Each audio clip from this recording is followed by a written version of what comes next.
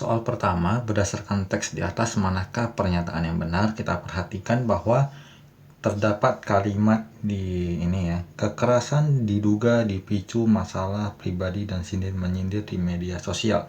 Jadi jelas bahwa optionnya adalah B, karena sudah jelas tercantum persis seperti itu di keterangan soal. Kita lanjutkan ke pembahasan soal yang berikutnya.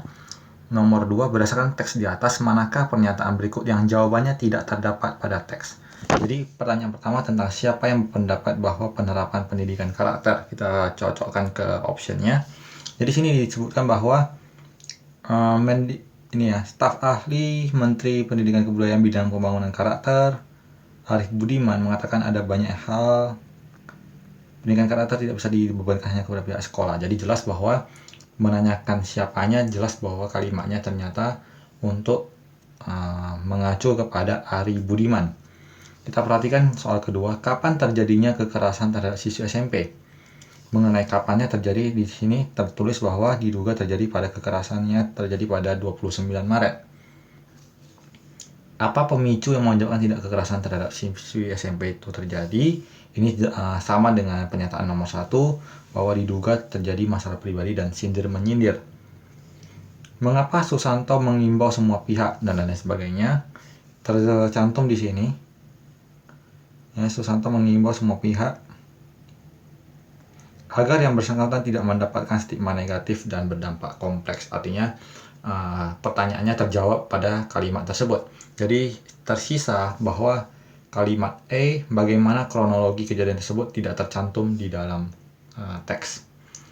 Nomor 3, berdasarkan teks di atas, Presiden memerintahkan kepolisian untuk menangani kasus tersebut dengan, kita perhatikan kalimat soalnya, ini jelas bahwa Presiden juga memerintahkan kepolisian untuk menangani kasus tersebut dengan tegas dan bijaksana. Jadi ini sudah jelas bahwa ini tercantum di dalam teks. Jadi jawabannya adalah tegas dan bijaksana. Kita lanjutkan. Berdasarkan teks di atas, semua pihak harus menghormati proses penyidikan yang dilakukan kepolisian, sehingga tidak ada persepsi yang salah terkait perilaku pelaku maupun korban.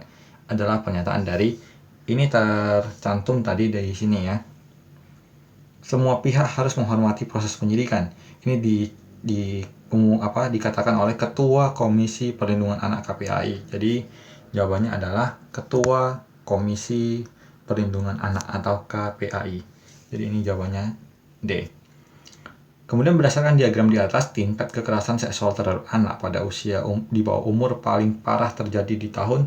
Jadi di fokus soal kelima ini adalah fokusnya ke diagram. Kita perhatikan diagramnya. Jadi kekerasan seksual yang paling tinggi ya jelas bahwa terjadi di diagram yang ini pada tahun 2014. Jadi jawabannya adalah 2014. Kemudian kita lanjutkan. Berdasarkan diagram di atas, diketahui bahwa jumlah kasus anak yang menjadi korban kekerasan di sekolah atau perundungan cenderung meningkat setiap tahunnya. Jumlah kasus yang terbanyak terjadi pada tahun, ini kita kembali ke diagram untuk yang kasus perundungan atau pembulian. Kita perhatikan, ini diagram tertingginya, terjadi di ini, angka 228 pada tahun 2018. Ini jawabannya untuk 2018. Kemudian berdasarkan diagram di atas, tingkat penurunan kekerasan seksual di tahun 2015. Jadi kita perhatikan di tahun 2015, kita akan memperoleh jawaban 66,76%. Dari mana perhitungannya? Maka kita perhatikan di tahun 2015 angkanya 218, sementara di tahun 2014 angkanya 656. Jadi persentase penurunannya adalah 656. Kita kurangkan dengan 218. Kita bagi dengan 656, kemudian hasilnya kita kali dengan 100%. Jadi dengan demikian nanti akan kita peroleh nilai persentasenya ya. Jadi untuk jawabannya sebesar C, 66,76%.